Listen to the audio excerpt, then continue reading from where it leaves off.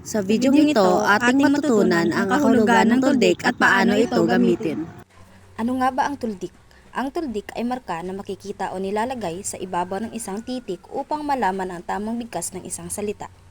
Kailan ginagamit ang tuldik? Ginagamit ang tuldik kung ang konteksto ay hindi sapat upang maging tiyak ang kahulugan ng isang salita. Halimbawa, ikaw ay katulad ng isang tala na nagniningning. Ang pangungusap na ito ay isang tayutay.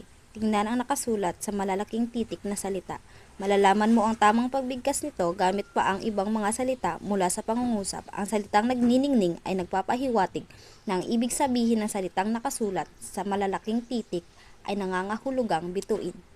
Kaya, tala ang tamang pagbigkas nito at hindi tala. Kaya naman, wag nang lagyan ng tuldik dahil hindi naman nakakalito ang definisyon at kung paano ito bigkasin. Tuldik na paywa.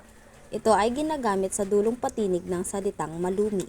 Ang salita ay malumi kapag binibigkas ng mabagal ngunit may impit sa dulong patinig. Sa salitang tala na may paywa sa dulong patinig, ito ay binibigkas ng mabagal ngunit may impit sa huli. Tala na ang ibig sabihin ay star. Tandaan na ang paywa ay ginagamit lamang kapag ang salita ay malumi at may impit sa dulong patinig. Pahilis. Ang tuldik na pahilis ay ginagamit sa dulong patinig ng mga salitang mabilis.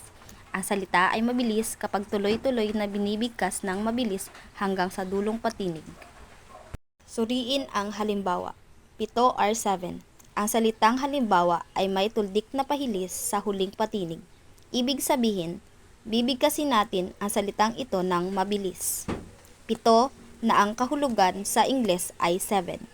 Pakopya. Ang tuldik na pakopya ay ginagamit sa dulong patinig ng mga salitang maragsa. Ang salita ay maragsa kapag binibigkas ng mabilis ngunit may impit sa dulong patinig. Halimbawa, tayo na may tuldik na pakopya sa huling patinig. Ito ay binibigkas ng mabilis ngunit may impit. Tayo na ang ibig sabihin sa Ingles ay stand. Salamat sa pakikinig.